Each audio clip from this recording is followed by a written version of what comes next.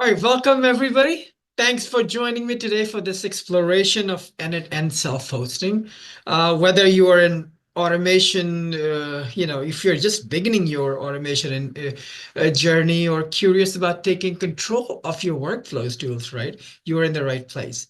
So over the next 20 minutes, we're going to unpack what self-hosting means in the context of n8n. So why, and why you might want to do it in the first place, right? And how to get it started without pulling out too much of your hair in the process. And don't worry if you're new to all this, by the end of this presentation, you will understand enough about and self-hosting, to either impress your tech friends at dinner parties or make a better decision whether to host in cloud or self-host, right? You'll at least have, enough information to confidently make a contribution to this decision. So, but before we dive into self-hosting, let's make sure we are all on the same page about what n8n actually is, right? So n8n is an open source workflow automation tool that allows you to connect various apps and services using a visual interface. Think of it as the digital equivalent of domino chain reactions you used to set up as a kid. Except instead of knocking over plastic rectangles, you are triggering actions across your digital ecosystem. So the name stands for node, which is exactly the kind of clever recursive naming that makes developers smile and everyone slightly confused, right? So, but with n8n, you can automate repetitive tasks, integrate APIs, and create powerful data pipelines, all without writing complex code. Well, that's mostly true. You might still end up looking up some JSON syntax, right? If you're self-hosting, of course, your knowledge of the technology required is far greater than if you were hosting in the cloud, all right? All right, so let's talk about what is n8n self-hosting, right? So, as I said, n8n is an open source automation tool, right? Uh, you can connect apps, visually link services to it, right? And automate workflows. Uh, Basically driving, optimized functionality, right? You can add more features, extend these functionalities when you're if you're adding more tool or if your process changes a bit. So when you're thinking about self-hosting versus cloud hosting, yeah, whether you should be running your workflow on the cloud or on your own infrastructure, it could be a local server, a virtual private server like AWS or DigitalOcean or desktop, right? You have more controls but less convenience, right? In cloud hosting, you basically, have all of these backend work already done for you. So so you have a lot of convenience, but that convenience comes at a cost of more flexibility. Okay. So again, if you're self-hosting, right, you can control your cost, of course, right? You don't have to pay subscription fee for the software. Data privacy, that's a big one, right? So if you need to keep all the data locally in your own domain, in your own network, or your own, your own the AWS account, yeah. So that may be a part. Customization, right? If you are looking to get things done that is beyond the cloud features that's available there, right? Yeah, you need to do some customization, and for that you need to self-host. And in workflow executions, right? If you want to run unlimited automated processes without restrictions, right? Do not restrict yourself based on how much you're paying n8n, then self-hosting becomes a better solution for you. Again, same thing we just talked about, right? What are some of the common use cases for self-hosting, right? So if you have, like I said, if you have sensitive internal data, if you have PII information, right? If you're governed by HIPAA or any other or GDPR, or if you're governed by any of those requirement and you want to be sure that you are keeping it in your own domain per se, in your own control, yeah, this is a good automating on your own server, right? Uh, if you're, like I said, if there are compliance issue, right? If you're hosting it for your clients, and if they have, compliance issues, yeah, definitely, you may want to pull it uh, to their own network. And again, custom integration and large scale automation, right? These are the common use cases that you will see, or you'll find. I mean, if there are more, if you can think of more, please put it in the comment. I would like to hear it as well. So what are some of the deployment options for if you're doing it locally, right? So you can, of course, you can deploy it on a Docker. That is what is recommended for, ease and usability. You can also run npm, right? That's suitable for manual control and customization. I've built several automations on manual control, and in the next lecture I'll show you how that is done, right? You can get a cloud VM, right? You can run it on AWS, right? Or if you want to just test something locally, you can test it in your Raspberry Pi, right? You can, if you want to just test the entire automation locally. So what are you going to need to get this going, right? So system, you will need node.js version 18 or greater, right? Your database, the way it's set up, is SQLite or Postgre database to store data. And Docker with the Docker and Compose simplifies container managers, right? So if you want to manage your container better, that's there. Then you need a minimum of 1 gig of RAM. I would say maybe more. I've run into trouble running it with 1 gig. Okay, but again, it depends on how complex your workflow is too. All right, some of the security concerns, right, that would actually that you should pay attention to, right? You should use HTTPS, right? Not HTTP via, let's encrypt it, right? Ensures secure communication between your server, or if you're running on your laptop, whatever machine you're running on, and the server, right? Secure secrets, right? Always prevent, never share your API keys on GitHub. Never share it. And if you do, like, I mean, if your job requires, like, for example, when I'm teaching, sometimes I don't show it, but I have a practice of going back and deleting, recycling all the keys. So I don't use the same key in production as I do for my lectures, and then I go back and change them, right?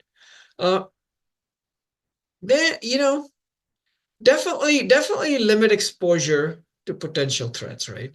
What are some of the things that you want to, how do you want to secure it? I mean, AI security is security on top of security, right? So if you're still following, if you are an AWS certified architect like myself, I'm always thinking along the lines of shared responsibility in a hosted environment, right? And then, yes, if you are hosting it, you have to keep it updated, keep it patched up, because, if this is your responsibility, you own it, right? All right. So if you're thinking whether you should host or cloud, right? Of course, self-hosting offers control and customization, but requires technical expertise and time. While cloud provides convenience and scalability, but lacks customization. My rule of thumb is that really think about your flow. If it allows you to do it in cloud, if you don't have any PII data and other compliance requirements, start there. If you're running into a trouble, right, then you can always download the JSON of the work that you have done, or you can leverage a lot of your learning from building it on the cloud and then pulling it back into a Docker. Okay, so that's my recommendation. So if you want to install it, yeah, I mean, this is set up a virtual server for hosting, right? You would install a Docker, and then you would create, Docker compose.yml, right? That defines application services and dependencies. Then you set environment variables, right? You can configure application settings, and then you would run Docker, right? And that's how you run Docker, and it starts, and then you can open up your web browser and go back to your local machine 127.0.0/1, and then from there you would get the interface of n8n. Okay, so that's the process. So in reality, right, you would face some challenges. So just be prepared for it. There'll be technical issues and there'll be errors, the silent errors, right? Uh, you'll run into the Stack Overflow rabbit holes, right?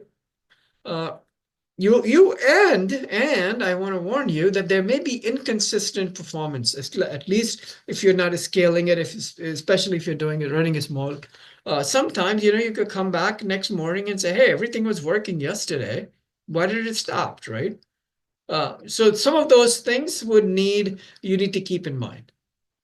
Some of the and if you're running it locally, uh, please keep your documentation very clear. Don't have any unexplained functionality in them, right? So what are some of the best practices? So ensure data safety, by creating backups. So you should always have a backup. And then you should enable logging. Uh, you should log, and track system activities. Who's logging in, who's logging out, how did that execution happen? What failed? If it was successful, what was the process, right? And definitely set up monitoring. You have to monitor, and you have to monitor if your workflow is working, right? If the tools are healthy. Don't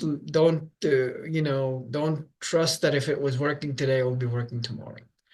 And again, document your setup. I say that always, and I'll keep saying it, that documentation is the key. Okay. Some of the common troubleshooting issues, right, around like database connections or memory overload. Sometimes webhook does not respond as you require, right? So number one, check your database credentials and network connection. You can do that by going into uh, by opening up the dev 1, 2, 3. Definitely, I mean, check your database connections. Make sure that monitor and make sure and monitor that your memory usage, and consider increasing it if you need to do it, right? And then verify webhooks, configurations, and troubleshoot uh, unexpected behavior. You have to monitor. You have to make sure that you are able to do all of these. All right. So how do you once you have it up and running, how do you optimize the performance, right? So you can improve database queries performance for efficiency. You can set timeouts, right? Configure execution timeouts. You want to leave your system running in loop, right? So you need to time out definitely. You can use queue mode if you want to implement, right? If you want to implement the mode for asynchronous task parsing, right? So you can use queue mode for that. And you can scale horizontally, increase capacity by adding more database instances.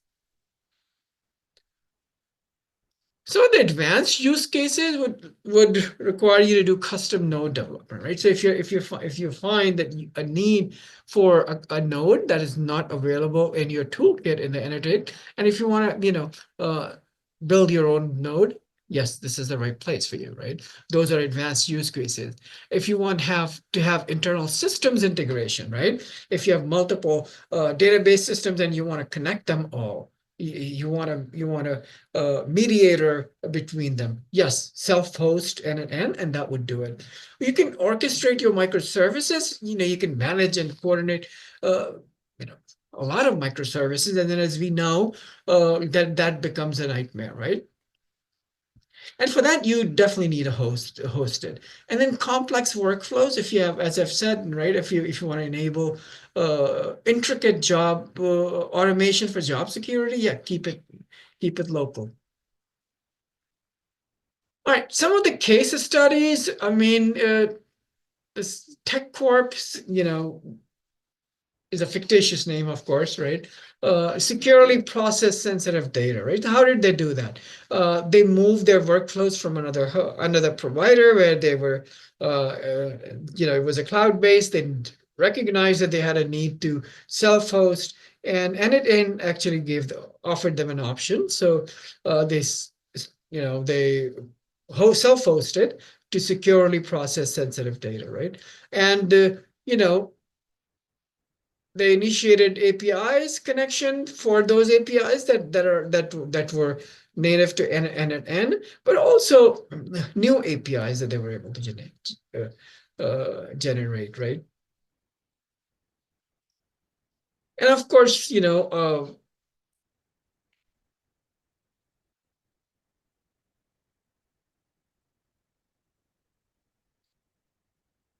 1, 2, 3. All right, to wrap it up, right? In self-hosting, you have full control, but full responsibility. Okay. Uh, you have cost savings and flexibility, but with that comes your cost of your time of building it, of monitoring it, of managing it. So it's not like that, you're actually shifting a cost. You can determine what additional costs you're paying internally by calculating the number of hours and efforts that are going in for you to customize and build it and to monitor it. Okay. And of course, as I said, self-hosted requires care, right? You have the full responsibility. You have to make sure the maintenance and safety of it.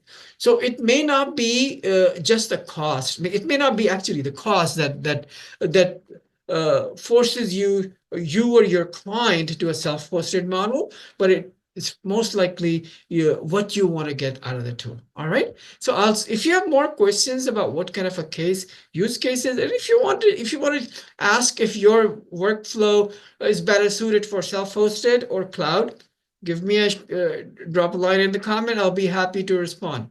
All right. See you in the next lecture.